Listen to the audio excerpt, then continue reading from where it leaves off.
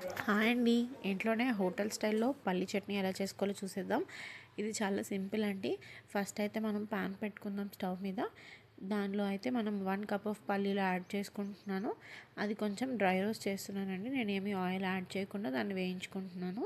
ఇది వేయించుకున్న తర్వాత వేరే బౌల్లోకి అయితే ట్రాన్స్ఫర్ చేసేసుకొని అదే పాన్‌లో 2 table spoons of oil add చేసుకుంటున్నాను. ఇప్పుడు నేను ఏదే కప్తో అయితే పల్లీలు మెజర్ చేసుకున్నానో సేమ్ క్వాంటిటీతో పచ్చిశనగపప్పుని తీసుకుంటున్నాను. సో అది 1 కప్ తీసుకున్నానండి. ఇది కూడా 1 కప్పే తీసుకుంటున్నాను.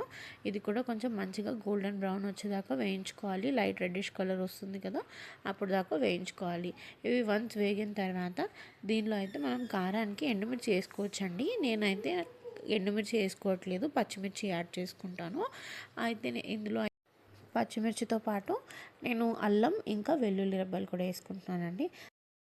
ఇవి అయితే మంచిగా వేగాలి. కొంచెం వేగిన తర్వాత దీనిలో కొంచెం జీలకర్ర యాడ్ చేసుకుంటే టేస్ట్ అయితే చాలా ఫ్లేవర్ ఇంకా టేస్ట్ చాలా చాలా బాగుంటుందండి. అందుకని నేను కొంచెం జీలకర్ర కూడా యాడ్ చేసుకుంటాను.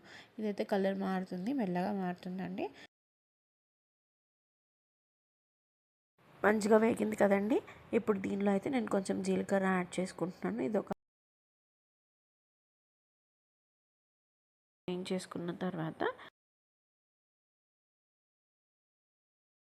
ఆ స్మెల్ మారిన తర్వాత దీన్ని అయితే స్టవ్ ఆఫ్ చేసేసి చల్లారబెట్టుకోండి. వన్స్ చల్లగా అయిన తర్వాత దీన్ని అయితే మిక్సీ వేసుకుందామండి.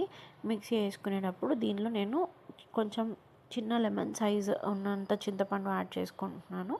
యాడ్ చేసుకొని దానిలోనే ఇప్పుడు నేను వేయించుకున్నవన్నీ యాడ్ చేసుకుంటున్నాను. దాంతోపాటు ఏ కప్తో అయితే నేను మెజర్ తీసుకున్నానో దానిలోకి ఒక పావు కప్పు వేయించిన శనగపప్పు అంటే పుట్నాలు యాడ్ చేసుకుంటున్నానండి.